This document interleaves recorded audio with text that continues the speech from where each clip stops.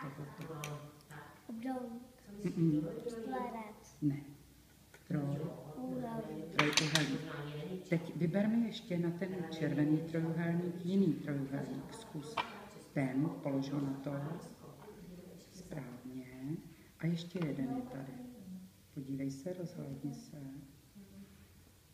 Výborně. Tak, dobře.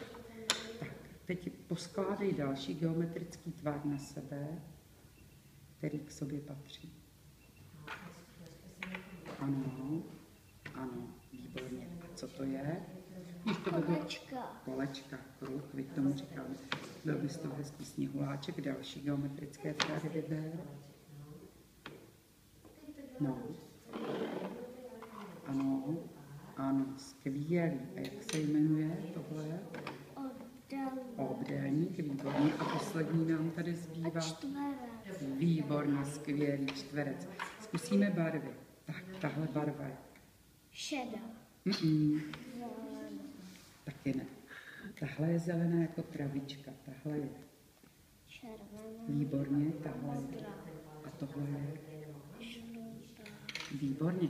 Hele, ukážku, tahle je. Fialová. Výborně, no vidíš, jak nám to krásně jde. Tahle. Černá a tahle je. Bílá. Perfektní. Tahle. Hnědá.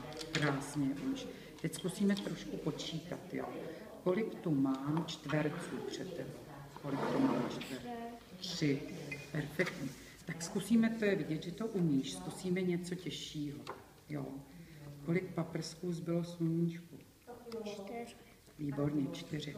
S tímhle pomůžu, budeme počítat. 1, 2, 3, 4, 5, 6, 7. Výborně, 7. Troufnu by si spočítat, aby to nebylo tak zbytečně složitý. To asi je moc lehký, dej. 3. Čekaj, co by se nám dobře počítat?